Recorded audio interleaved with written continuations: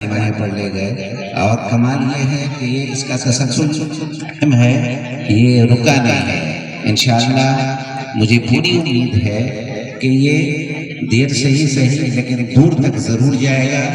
ہم تہہ دل سے ان تمام لوگوں کا شکریہ ادا کرتے ہیں جو کسی نہ کسی طور پر ان لوگوں کے معاون ہیں۔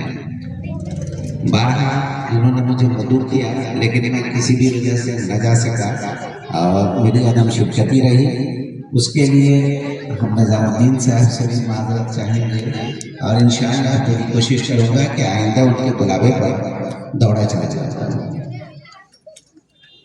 ان بچوں کو سچائی ہے کہ میں اسکول سے منسلک ہوں اور کالج سے بھی منسلک ہوں، اس میں بچے تعلیم تو ضرور حاصل کر رہے ہیں لیکن اسلامک جو بیسک اسلام ہے اس سے وہ ناراض ہیں۔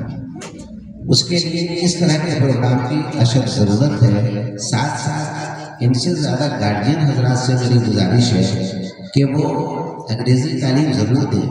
انگریزی تعلیم کا میں مخالف نہیں ہوں لیکن پہلے بچوں کو بنیادی اسلام کی جو بنیادی باتیں ہیں اس سے آراستہ کریں، اس سے بہرور کریں، وہ سکھائیں، پڑھائیں، تب جا کر جب تک ہم ایک اچھے مسلمان نہیں بنیں گے تب تک ہم ایک اچھے شہری نہیں بن سکتے۔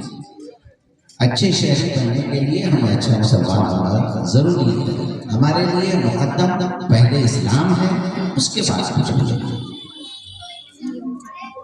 اور ان بچوں کے لیے میں کہوں گا کہ بھائی آپ اس شعر کے مترادف بن جائیے کہ میں حسن سیرت کا وہ نمونہ بنوں کہ دنیا پکار اٹھے، یہ کس چمن کی کلی کھلی ہے، یہ کس گلستان کا پھول مہکا۔